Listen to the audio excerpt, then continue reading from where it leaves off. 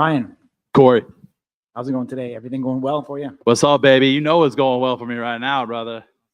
I know you had a lot of demons to shake out on this one. How does it feel overall? Oh, those demons can stay, man. That's what's going to win me this. I feel great. Felt great the whole entire time. It was really weird. I'm not saying I was calm, but I had just like this like Zen-like thing. And last night, I had repeated dreams of me knocking him out, and I woke up and my hand was hurting. Like I actually knocked him out. So I don't know. I don't know what to say about that, but it's like manifestation or something. Talking about your opponent, was he a tougher dude than you thought? No, he's a tough dude, man. Regardless of anything, that dude is huge. He's a giant. He was scary. He's scary as hell. But you look at the guy he's imposing. He's a juggernaut, man. And I didn't really know what to expect. He's been taking guys out. He took Dwayne out. He took what's his face out. No, I'm the man. I'm the best at this. I walk around. I say I'm the king. I'm the man. That's the truth. That's not anything but me telling you what you're going to expect. You're a sizable underdog. Is there anything that you want to say to the doubters? Yeah, stop doubting me, man. Give me my just desserts. I've been in this for a while now. I've coached. I have fought with my arm needing surgery. This is my sport. Power slap. This is me. I'm the legend of power slap. I'm here to stay. I'm going to keep winning and keep upsetting. So, keep putting those odds that way. Someone's making money out there. You just beat the number one contender, announced Power Slap number 7 on April 12th. Are you ready for your friend Damon DeBell? Yeah, but I think me and him should be coaches. I think me and him should be coaches on the next season of Power Slap. He's a very smart guy. He's going to be a lawyer. I'm a really good coach. I've coached some of the guys that just went out there and did really well. So I think me and him should be coaches, and then we should fight for the title. But yeah, he's next. He's next. Or just one last one. You run up on Nate pre-fight. What was that about? Just getting his head. We're cool. We're good guys, but once we hit that stage, it's murder time, baby. So, I got in his head as much as I could, and I actually don't remember it, but that's pretty cool. I can't wait to watch that back. Thank you. Thanks, Cory. Slap news, baby. Ryan, so you lost a point in round 1. Did you think it was deserved? And how do you not let that affect you moving forward in the fight? Yeah, I don't foul, man. And they called me for stepping. I still haven't seen it or ran it back, but a lot of people told me I didn't foul. So once I run it back and see it for myself, I can answer that question. But yeah, I don't foul, man. My feet, I don't think it moved. And what about on his side? You're the first one, you're really getting ready for a big hit there, and then you get fouled. Once again, how do you let that not affect you and just focus, okay, I need to get back at it now? Yeah, Nate, gigantic dude, man. The guy's, powerful. And it's really crazy to go up there and stare at someone like that and be like, I'm about to take a hit. But I've been thinking about it, manifesting it. My game plan was solid. I crouched down, didn't give him too much of a look. I gave him different looks, and I think that's what he's not used to, is seeing, someone who's actually thinking. You know what I mean? There's guys up there that just go up there and they just stand there and take it. I don't. I'm going to protect myself as best I can, and I'm going to, have a game plan. I'm going to literally, revolutionize the sport. So you said, you woke up and your hand was feeling a little off, which it gets like a good laugh, but was any part of you a little worried? Like, this is the last thing I need on the day of this fight? It's so crazy because, you see a guy like Nate and you're probably thinking, you see a guy like Nate, you see a guy like me. I'm much smaller, I'm not the crazy build, the juggernaut like him. But there's something else, man. There's something else deep inside me that's really crazy that comes out when I come up on the show. And, I just, this is probably one of those first times that I didn't see myself losing at all. It was weird. I don't know. I mean, nothing against Nate, but I didn't see it. And last question, all the credit obviously goes to you for the win, but Turp Daddy Slim in the corner, he was really, I feel like he was bringing a different side out of you. How did that really help you out? No, if you watch my last fight, it's the same thing. However, Turp Daddy Slim, he did a great job coaching tonight. All the best for him. He came out. A lot of the coaches don't get you hyped up. They don't want to scream in your face. They don't want to get you going. But Turp Daddy Slim did, man. And he got me worked up, and I appreciate him for that. And I loved every second being up there with him. Congrats on the win. Ryan, what was the atmosphere like? You guys aren't fighting in front of 20,000 people a lot of times. You had, Tom Brady here and Charles Barkley, so What, really? yeah. Oh, dude. So what is that like? I guess you didn't know, but what is it like to have those kind of celebrities in the crowd? UFC champions, and there was all sorts of different people here. Yeah, I mean, I know there's people here that are of stature, but I really see people as humans rather than anyone above or below. I think we're all equals, regardless of money or fame or anything of the sort. You're not going to see me change regardless of how successful I am. I'm going to be the same person. But performing in front of guys like that, legends like that, I mean, yeah, it's amazing. You talked to me about 5 years ago and asked me if I was ever going to do something like this. Yeah, right. But hey, hopefully I put on a good show for them. Last time I was screaming in the face of Deontay Wilder because I can't see on the stage. I can't see anything. So hopefully I didn't do that to you, Tom, or anyone else of amazing stature. It seems like on social media, there's a very big split over this. You have some people who hate it and think it's horrible, and other people who love it, and obviously the people who were here tonight. How do you think that you bring the fans that are on the other side, on the wrong side, into your camp where they like this and they will follow it? Kind of, UFC followed that path. I don't know if the vitriol was the same against UFC in the early days that it is against Power Slap. Yeah. For me, I just want to stay genuine. I just want to be myself. I just want to have fun. I'm having fun. What you see on the stage is unfortunately not me. It's the King of Kings up there. I switched the mode and it's King time, baby. But I just want everyone to enjoy it. Usually the people who hate it are the people that don't even give it a chance. So, I tell everyone, whoever hates it or just watch it, give us a look. This may be, and this is my last question, but it may be a tough one to answer. But what is the evolution of the sport from an athletic standpoint? Like, you're looking at, football players run faster, basketball players jump harder, higher and whatnot. What is the evolution here? Like, what can guys get better at when you look 5 or 10 years from now? How do you think the sport will evolve, and how will they be better than they are today? Yeah, it's definitely a hard question for some, but for me, I think this game is more mental than anything. Going up there and not being afraid of the slap and being able to take it, on the chin, that it's tough, but I think people are going to come around. Every time I go up there, it's less and less fear. Although I say to myself, hey, I have no fear, but I mean, if I said I'm not scared to go up there, that's a lie. Hopefully it evolves more and more. People are starting to learn more of the science behind rotation, things of that sort. And I think it's just going to get better over time. Absolutely, sir. You mentioned the crowd, and you didn't know Tom was there. Wow. So someone in the crowd was Deion Dawkins, the Buffalo Bills. He's very good on the Buffalo Bills. And when you were celebrating hard, he was going at it with you. It's good though. It's a good thing. But hey, there's no hatred towards the city of Bills at all. I mean, or the Bills or Buffalo. I'm sorry, Buffalo in general. I know I have fans in Buffalo. Nate was telling me a lot of people from Buffalo love me, and I love them back, man. No hatred. He was giving me the finger. He was telling me I suck and boo and all this stuff. And hey, I'm a 5-1 underdog coming into this thing. There's a lot of anger.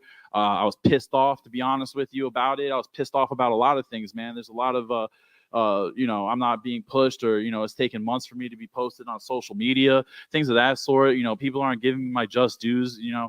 I think that needs to change. So hopefully tonight I solidified that. at the end of the day, it's the fight game. It's all promotion. That's promotion right there. That's cool. You know it, baby.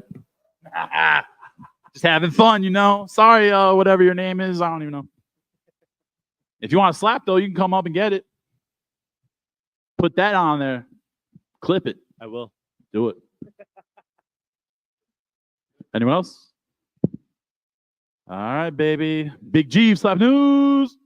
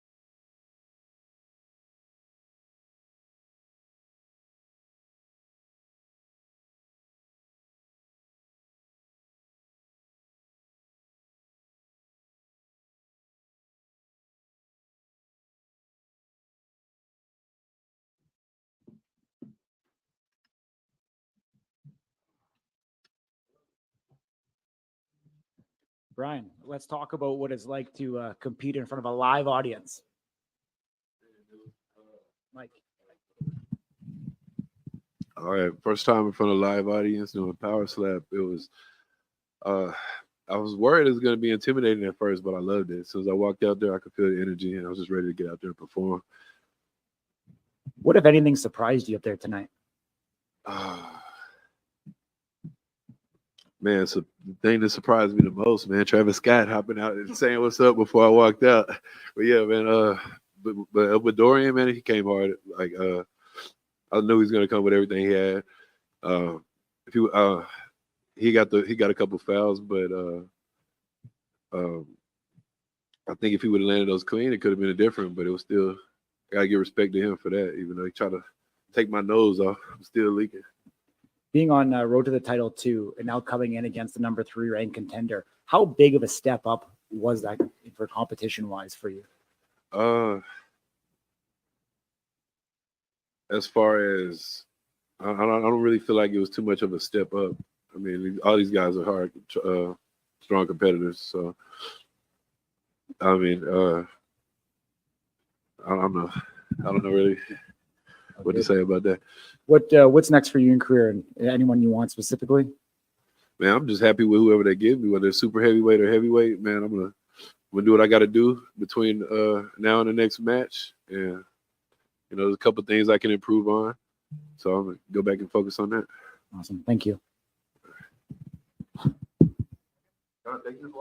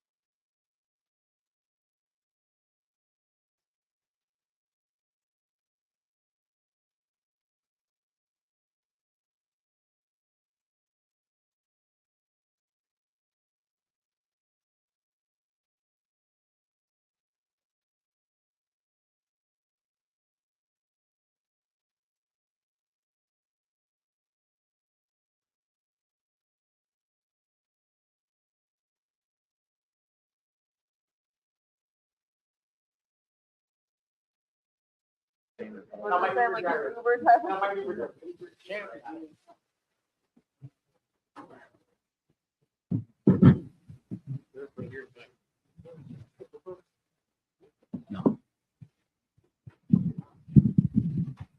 Why so quiet in here? Manny, congratulations, Manny. This fight's been building for a number of months now. It's no secret the animosity between you two. Leading into this matchup, talk about how personal this was for you. You know, at the end of the day, this opportunity was about myself. I could care less about him. He's just a person that I had to go through. When it comes to the beef and stuff, I don't really care. It's in the past. He's not relevant in my life. He's not relevant to my day-to-day life, my any-day life, really. You know, adds to it. I guess it did bring a little bit more excitement. But at the end of the day, me being here, it's all about myself. It's my opportunity. It's my time to walk up there and do what I do.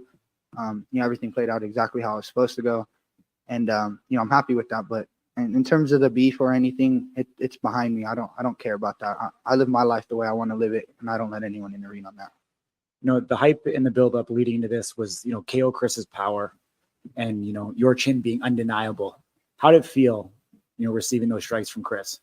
I don't think he's the hardest I've been hit by. I think Cole swings a little bit harder, his placement's off, and I think Wesley hits harder overall. You know, what's good, I'm not going to knock him at all. He does throw a good slap. You know, I do think some of them were a little bit off. You know, he was on the neck a lot. But at the end of the day, you know, I knew my chin would hold up. I'm prepared for anything and all things. It's not the hardest I've ever been hit. It's not the hardest I'll ever be hit. You know, I've gone through life, and that hits much harder than anything. Was there any strategy by going on one in round one? Yeah, honestly, I was really worried he was going to flinch, which, you know, as we saw, he flinched damn near on every single one of them. He's all over the place. So the strategy going on one was to try to, you know, catch him, you know, one spot before he started moving around and getting all anxious.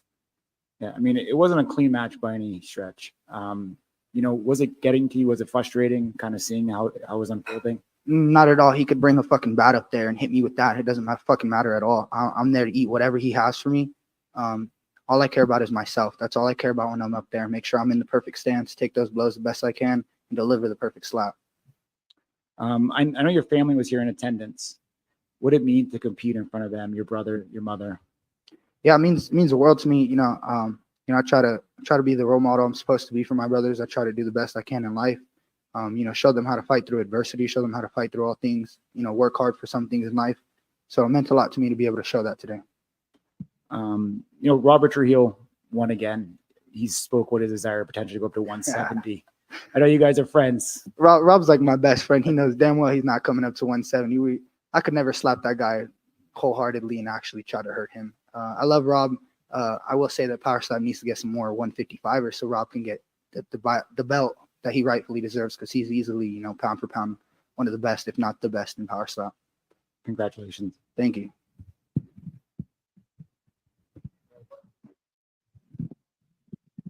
I've just got one. You mentioned that you have a friend, you wouldn't want to slap him. Do you need that animosity? Or is it just that you don't want? I don't need the animosity at all. The truth of the matter is, Rob, you know, for those of you who don't know, Rob is an excellent MMA fighter with a career in MMA.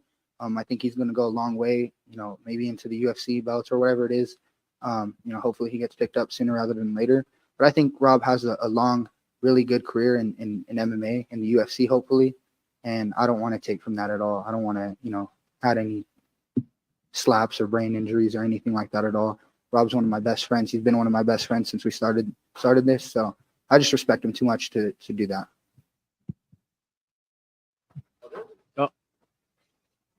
You were the main event of the first paid attendance with the crowd at Power Slap. You put on a show. How does it feel? Man, it feels great.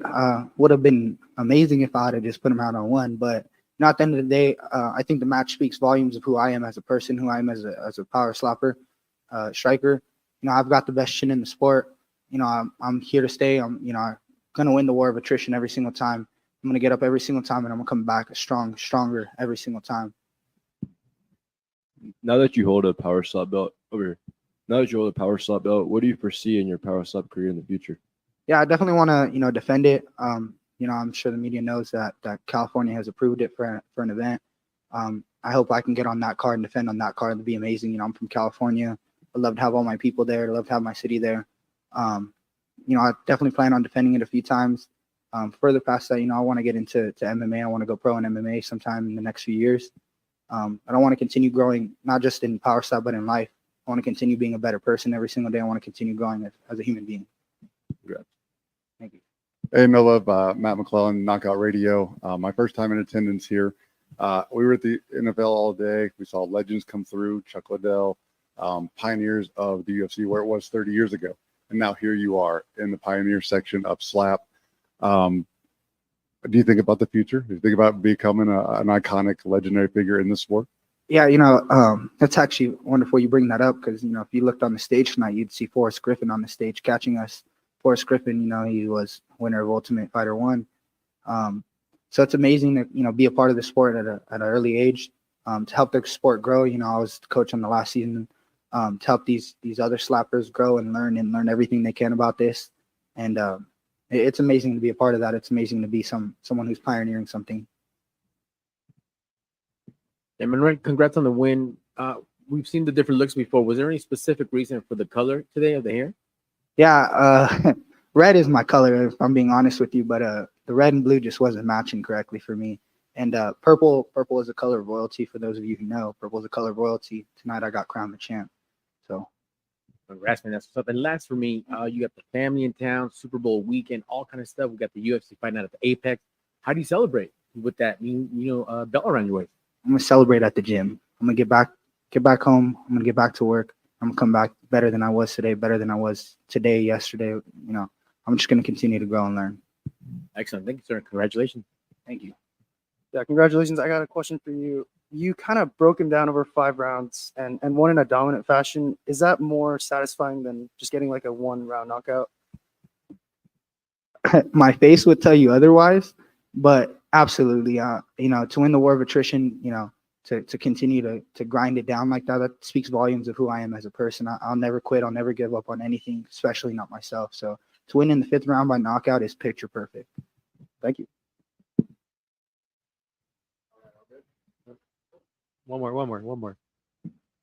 To be in that environment in the house, and just you've seen it over the years, and it grew with the Ultimate Fighter, and now you see the first again live fans, pain, and Super Bowl weekend. What was that environment like? And now you see how the event grew, and I'm sure the numbers are probably the biggest they've ever been. How does that feel to be the main headliner?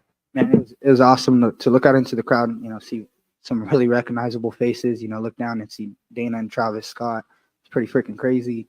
To know that all these people are here to watch me is amazing. And I'm glad I was able to put on a show and, excite the fans.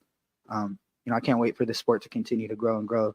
Obviously we see where the UFC is today, I hope one day we can get there as well. Thank you very much, guys.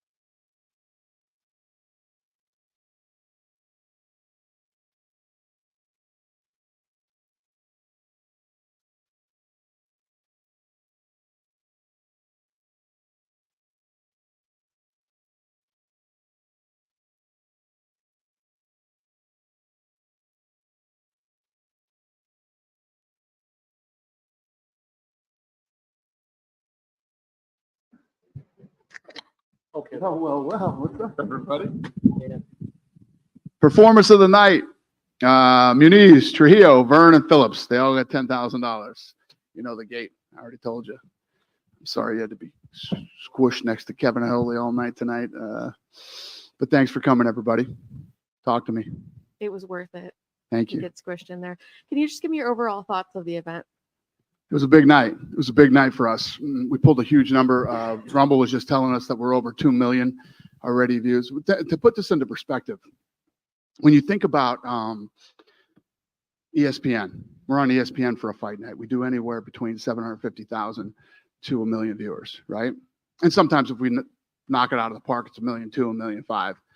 We're over 2 million views tonight live, and that doesn't include the power of that was in the room tonight as far as social media goes. It's massive. We literally had the most powerful people on the internet in the room tonight. And you had quite a few celebrities as well sitting next to you. Can you kind of talk to me about what it's like to have your friends and all of the people around you? Yeah, no, it was awesome. People that to have Brady, whom I have a great relationship with. Believe it or not, I wear Travis Scott's. I have like 300 pairs of them, and this is the first night that we ever met. And thank God he's really cool and funny and everything else. I don't want to have to go home and burn 300 pairs of Travis Scott's. When you meet people who you admire and they're worth your admiration, it's always cool. So yeah, Travis Scott, I get the whole Travis Scott thing. Not just his shoes are cool. He's one of the funniest and coolest guys I've ever met. And you have a new champion tonight. Can you talk about the main event a little bit? Yeah. So as far as the live event goes, I mean, I've been talking to you guys about this since day one. My team, absolutely kills it when it comes to the production of the show. The in-house live event was good. My entire staff, everybody that did what they did tonight, put on an incredible event.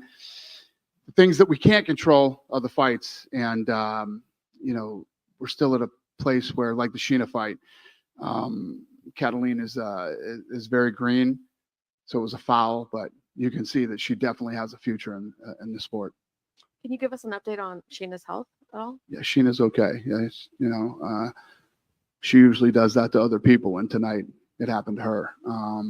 But I mean, she's such a huge superstar for us, and obviously, everything she does is incredibly viral.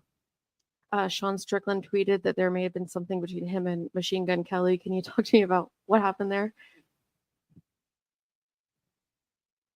You can't bring Sean Strickland around any other human beings. It's like, you know what I mean? It has nothing to do with Machine Gun Kelly. It's about humans.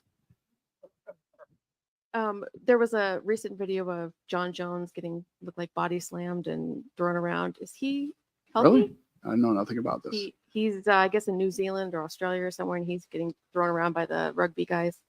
They were throwing him around? Yeah, he got thrown onto mat and all kinds of stuff. So I'm assuming you haven't talked to him about his health. I'm assuming he looks to be okay. Okay, that sounds good. I'm happy to hear that. I know nothing about this. So he's not going to be the headliner for UFC 300? Who knows who's going to be the UFC 300 headliner? We've been working on it. It's been interesting. I can tell you that, because obviously we want to deliver. I keep saying this. Figueiredo versus Cody Garbrandt is literally the first fight of the night. So when you look at the card where it sits today, every single fight could be a main event on a fight night or a pay-per-view. We're just waiting for that last. We got 2 more fights that we got to put together. We're working on it. And last one for me, John Anik came out recently and had some criticism of MMA fans, and then came out a couple days later and apologized. And I think now people think that he was told to apologize. I know your stance on free speech, so just wondering if you could clear that up. For a fact, nobody here told him to apologize. But at the same time, when you're in a position like Anik, me, you, anybody else, if you're a public figure, you got to be able to take the heat. You got to be able to take the criticism. You got to be able to, we all take our lumps on any given day. I love that shit. I eat that stuff for breakfast. So that's fun for me. And I get it. Some other people have a hard time dealing with it. I love Nina Drama. Nina Drama had a little meltdown yesterday too. I think that everybody has their good days and their bad days. Yeah, I don't know. But nobody here will ever tell anybody to apologize or to, no, we don't do that here. Thank you. Yep. Dana, Dana. I just wonder, like, where does the sport go, right? So, I asked one of the fighters this. All the other sports, the athletes get better over time. They run faster, they get stronger, whatever. And this, it's more of a, I guess, technique-based sport, right? So what is the evolution of this sport, and how big can it get when the athletes get even better? Well, it's a great question from somebody like you, because you were at the actual first one that we ever tested. So if you look at the difference between, when we tested it to where we are today, literally everything is better. And it has already started to evolve. These guys are training at the PI. There's stats involved now. We're starting to figure out strength, neck strength, torque, like all different stats on these guys when they train. And as more and more money comes into the sport, it will evolve. Just like MMA. I mean, in the early days of MMA, there were like 3 camps to go train with, and it wasn't mixed martial arts. So it wasn't what it is today. And that will happen here too. Will you have some of the fighters train at the PI and things like that, and then use the technology that the PI has to help? It's already happening. Yeah, we're already doing that. Now camps are actually starting to pop up, and some of these guys that are coming and coaching are really good. And yeah, there's so much stuff to announce with Power Slap that's going on right now, and you guys will hear a lot of it in the next couple weeks. Did Brady like it? It didn't seem like he stayed too long. Yeah, well, the problem is tonight they have these guys had Goodell had a party tonight, so everybody had to come in and hang for Power Slap for a while, then go to the Goodell party. But all these guys that are in the NFL they got a lot of stuff going on this weekend. So the fact that he even came by, couldn't ask for a better friend and a better human than Tom Brady. I love him. And last question, I know you've compared it to the beginning of the UFC, and you've made that comparison a lot, but do you see this becoming a big arena thing? Because it seems you have to be in an intimate environment to really get the benefit of this as a fan, right? You have to be close and on top of it. If you're sitting up in the bleachers at T-Mobile, it seems like it would be tough. Could you make this an arena event, show and take it on the road? So when we started the UFC, our first venue was the Trump Taj Mahal. We sold 2,500 tickets and gave 2,500 tickets away. So we could have been in here for the first UFC event. But I'm just saying, like, is the sport conducive to a big arena show? Like, can you do it given the intimacy you require for people to be able to see what's happening? Yeah. Did you ever see darts? Ever see a dart event in England? It's fucking. Any of you ever see darts? Eddie Hearn. There you go, my man. Yeah, it's fucking fascinating. I mean, the people that they get to go in and watch dart events. And what's funny is I kind of modeled this thing off of darts. It's fun. It's energetic. There's a lot of drinking and a lot of, people. You notice when you're at these events, everybody has their phone up. Everybody has their phone up. Everybody's filming. But yeah, yes, I do think that there will be a day where we could do arenas. Dana, it's I think it was after Power Slap 4 when you first mentioned you were going to make sure that Power Slap and UFC had a presence on Super Bowl week. You were emphatic about that and excited. And we saw what happened tonight. But leading up to it, I know you did Radio Row, and I'm sure that you've seen a lot of your friends. What's the excitement been all week leading up to it about Power Slap? And I got UFC Fight Night tomorrow, but in terms of leading up, feeling a part of Super Bowl week as big as this is. Yeah, I mean, coming into this week, this was one of the hottest, I don't know if you want to call it Super Bowl party or Super Bowl events of the week. I mean, how many 300 plus we turned away that couldn't get tickets, and 300 plus the first time we ever sold tickets. And we didn't sell tickets, we sold VIP packages, and we did a $300,000 gate in VIP packages. And I mean, this thing was about as successful as you could possibly ever hope it is. The previous Power Slaps, as we've been leading up to it, we become used to a lot of the familiar names, right, over the course of the Turf Daddies, the Wolverines, the Hawaiians, right? Tonight, it's the TV guys and the Buffalo Soldier. I mean, some of the guys, but they're still the up-and-coming names. They're not the familiar names we've seen at the first 5, and yet they put on a show. That had to make you feel good for as important this show was, that it a lot of the household names, if you will, through the first 5, they kind of took tonight off. Yeah, when you think about when we bought the UFC, there were guys already like Tito and Chuck Liddell and some of these other guys that people already knew, and there was always already a hardcore following of the sport. This thing we started, a lot of these Americans, there's guys like, you guys know who Dumpling is, and I mean, that's how I got into it. I was watching him slap on Instagram, and some of those guys that are well known, but these guys are all brand new guys that are in the sports being introduced to, the world right now. When you think about it, this is our 7th event. To be as far as we are and as successful as we are, and to have what we have going on in just 7 events. I mean, I've been saying this for a long time, but if you can't wrap your head around this thing now, I don't know what to tell you, but this is going to be massive. Dana.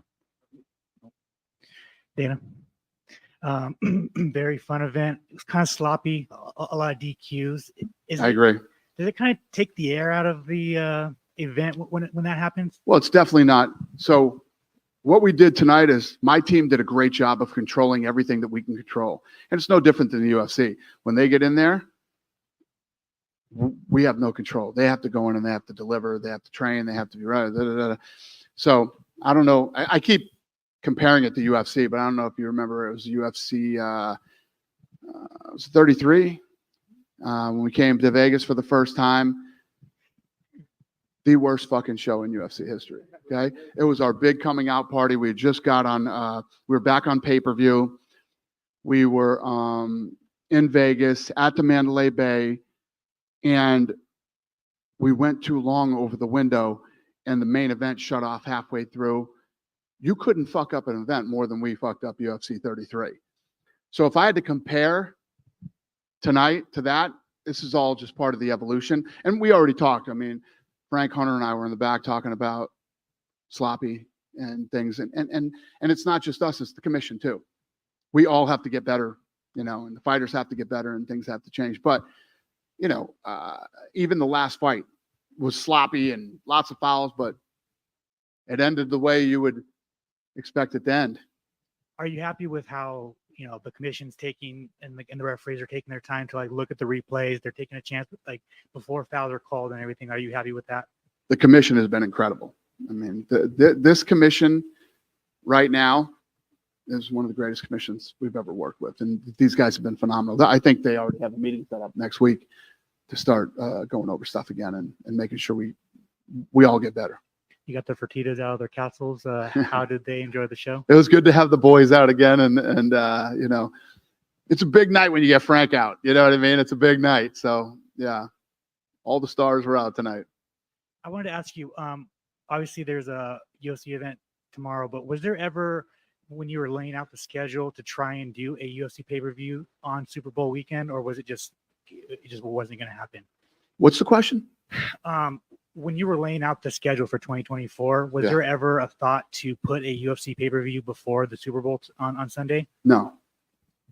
And then you met with BKFC and Sakibara. Anything cool? Yeah, I've been taking some meetings. Saki Gabara and I have an incredible relationship and an incredible history. The whole battle between UFC and Pride back in the old days. And we're talking about some stuff. And then the bare knuckle guys came out to meet and ask some questions. I never met him before. Nice guy, liked him. Their chance Horiguchi comes back to the UFC. We'll see. And then 2 last ones for me. Joe Pfeiffer is obviously headlining. I'm so excited for that fight. Yeah, just kind of to talk about it. Yeah, I mean, he is the epitome of every sports movie you've ever seen, overcoming, adversity and broke, struggling, but keeping his eye on the prize, struggling to get to, he's had this dream of where he wanted to be, gets back in, wins, gets the contract in spectacular fashion, and goes on a 5-fight win streak or whatever, however many fights he's on now, and all by finish.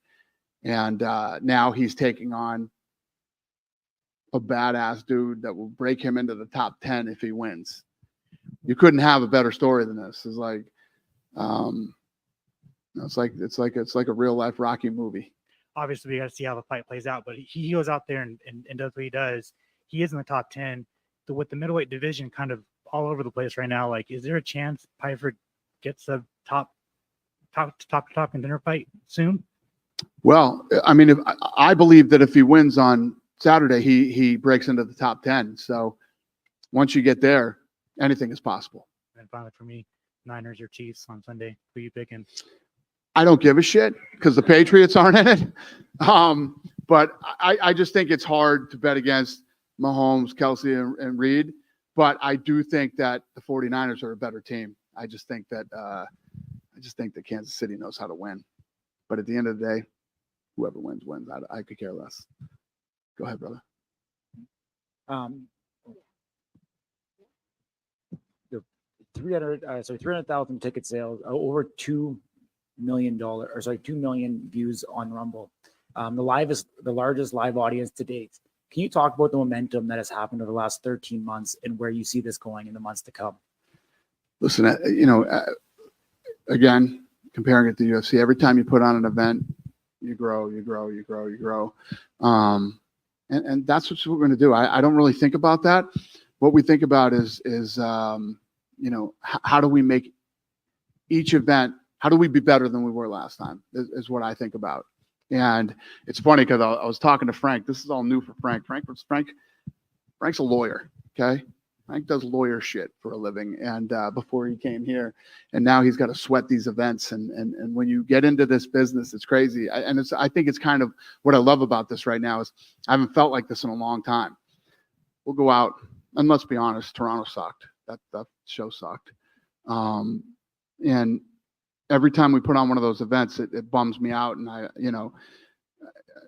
try to figure out what could we do different next time we do, but I don't sweat the events like I do. I feel that I don't know what it is. I don't want to call it butterflies or what you want to call it, but I feel it now when we do these power slap events because we're building something and it's growing. And when you put on an event like tonight, like the people that showed up, you have one chance to make a first impression. So everything from the music to the lighting to the pace to the food and the drinks and the service and getting in the front door, and all these things are things that you're worrying about and making sure that you try to make sure it goes smooth. And it's what makes doing what we do fun, yet it's fucking brutal at the same time. I mean, you had incredible celebrities here tonight. You've talked in the past about having celebrities participate in slap fighting matches. Have you had any further conversations recently?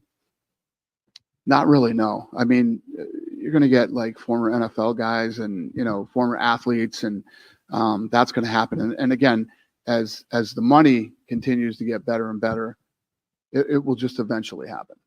You talked earlier this week about Hawaii, Texas, New Jersey, Florida, California.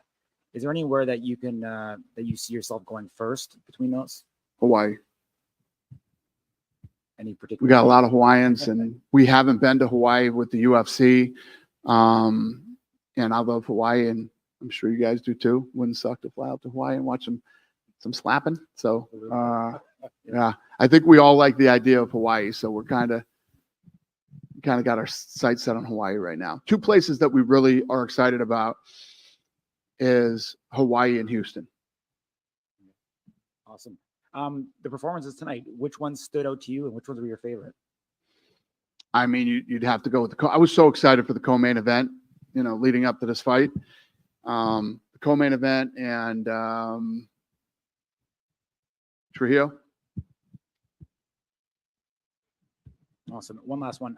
At the MMA Awards last year, Mark Smith talked about the potential of using neck guards and/or hand guards. Has there been any further conversation about that with the commission?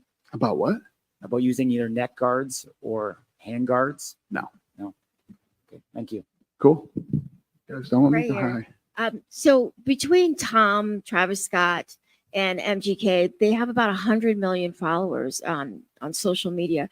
When did you first recognize the power of social media as kind of a marketing arm for UFC and now Power? Because many commissioners don't actually have a favorable relationship with social media, but you've embraced it. Well, what's funny is most of you don't know, but those are the three people that you know that were in the room. The rest of the kids that were in the room are the most powerful people on the internet. The most powerful people on the internet were in this room tonight that most of you don't even know. Kai and Speed and Aiden Ross are the three biggest streamers in the world.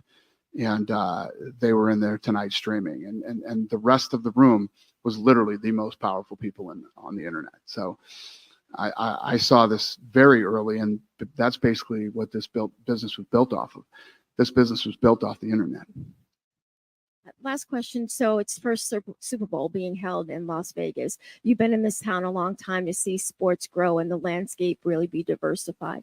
What does it mean for not just your business, but for Las Vegas in general and the sports and business landscape to have this event?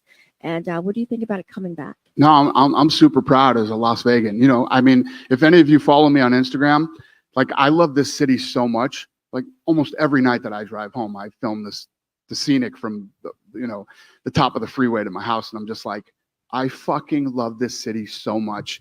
We moved here from Boston in 1977, and when we moved here, the UNLV Running Rebels were like the biggest thing on the planet. Like everybody in this city loved the Rebels, and just that alone, I think, showed what a big sports town this had the capability of being. So I talked to Roger Goodell today.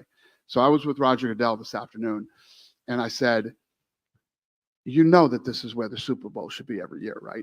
This shouldn't even go anywhere else. The Super Bowl, the World Series, the NBA Finals, and whatever else should be here like every single year.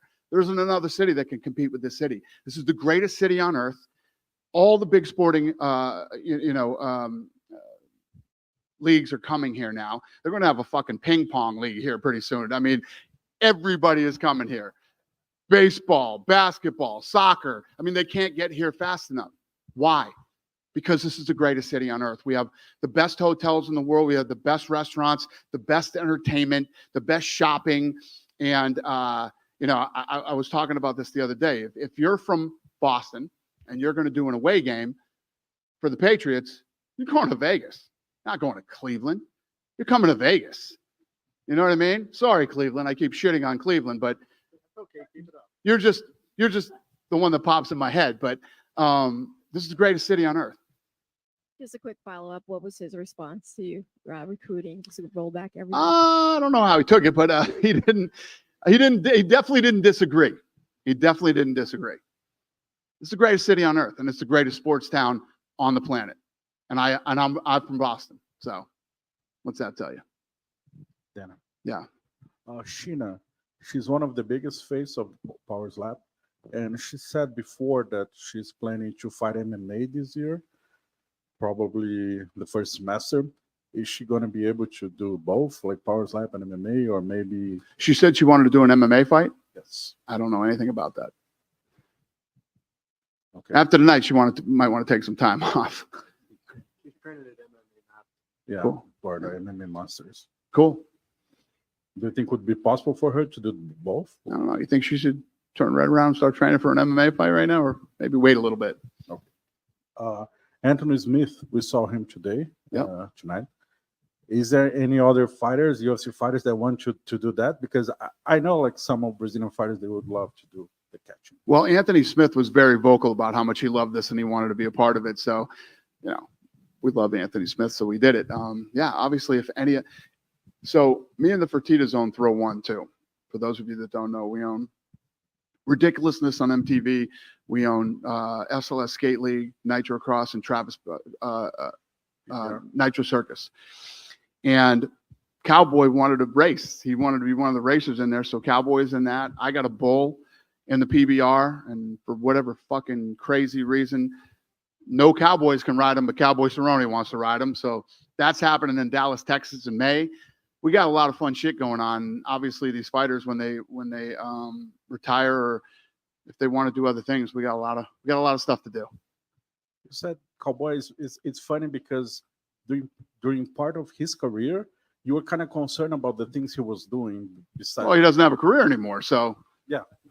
I mean, if you want to ride Twisted Steel, who is like 33-3 against fucking cowboys who ride bulls for a living. He's a grown man. What am I going to do? Fair enough. So you had Travis Scott, Tom Brady, Charles Barkley. Who did like most of the Mets? Who liked it more? Yeah. Well, I haven't talked to Barkley yet, but Travis Scott was going crazy during the event. Travis Scott was going crazy. Travis Scott. Any of you that like Travis Scott shoes and all that shit, one of the coolest guys you'll ever meet. He was fucking hilarious and a great guy, and yeah, I had a blast with him tonight. Awesome. Just to make it clear, you said before to Amy that you're going to announce 2 more fights for UFC 300. Yes, sir. So main event and co-main event, or another? Co-main event and another one. Perfect. Is there any date when you're going to announce or something? Well, listen, I'd announce it now if we had it. We've gone through a lot of crazy shit trying to put this fight together. So it's been interesting. No date. Awesome. ASAP is the date. Last one for me. Congrats on Kayla Harrison contract. Would you mind to give me your thoughts about how was the negotiation? And she's fighting 135, right?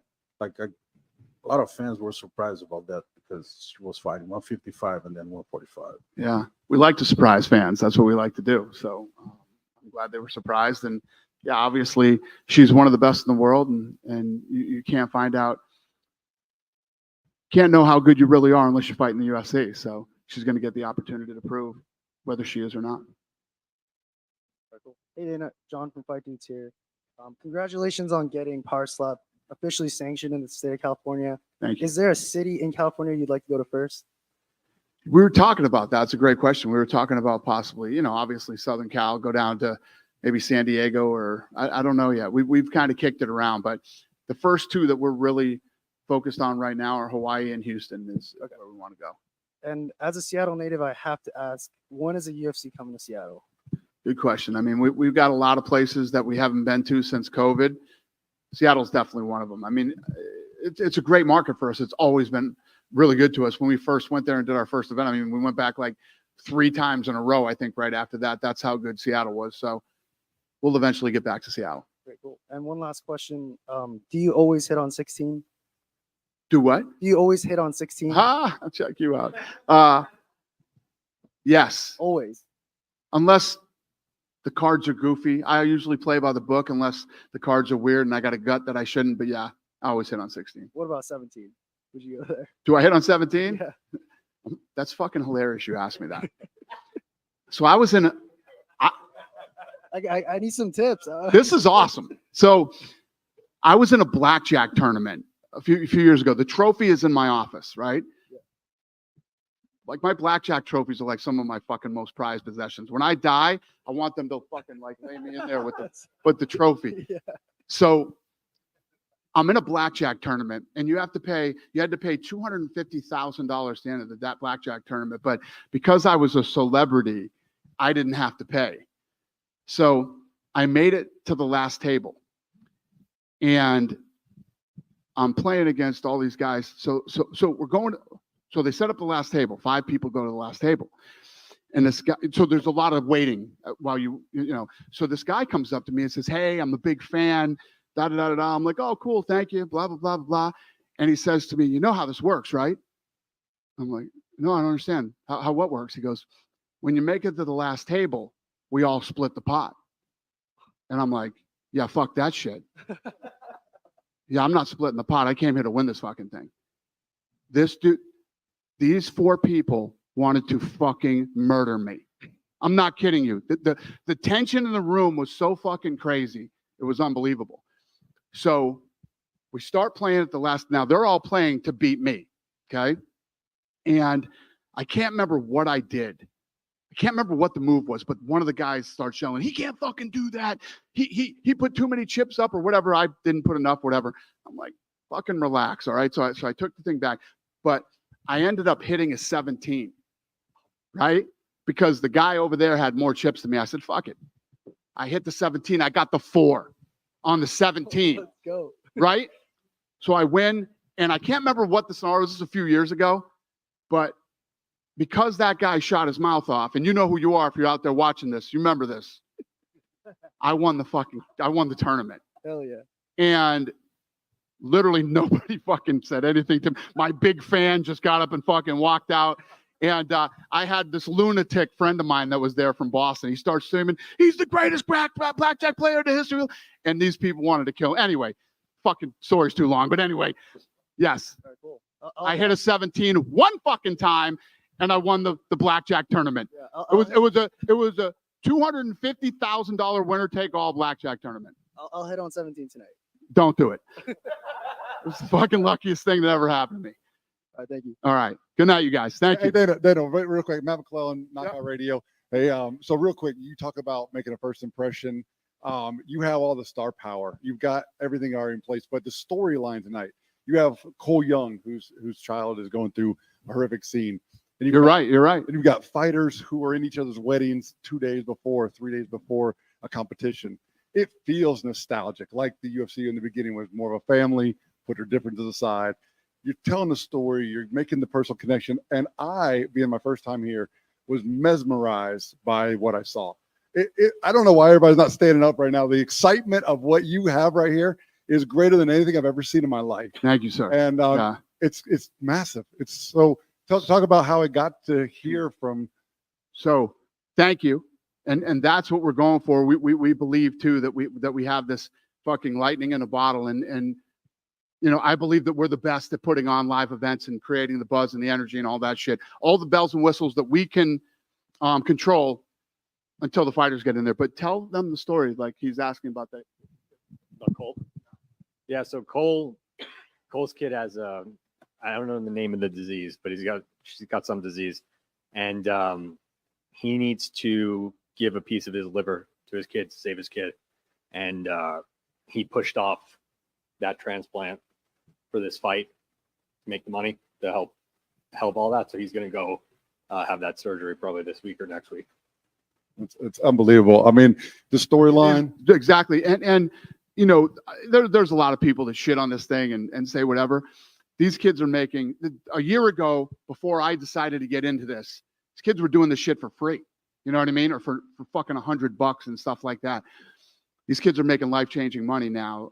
I was talking about with Pat McAfee the other day, Wolverine, and how it's changed his life. And a lot of these other guys now that are starting to quit their jobs and start to train full-time and take this thing serious.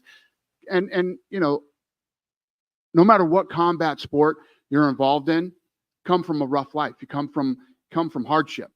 Guys who get involved in combat sports. And this is something that will change a lot of people's lives, not just in the United States, but around the world as we continue to grow this thing. So speaking of changing lives, I know Gary Breccia, your 10X doctor of health.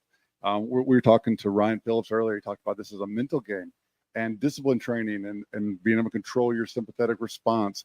I know Dr. Breccia is really big into the forward exercise science world, as I am. So is any of that starting to be incorporated? I know you guys are trying to figure out what strategies work best, barefoot or not, you know, wind up and torque and all that. But the neurological side, I think, for this sport is going to be critical in the future. Yeah, Gary is more of a human biologist, and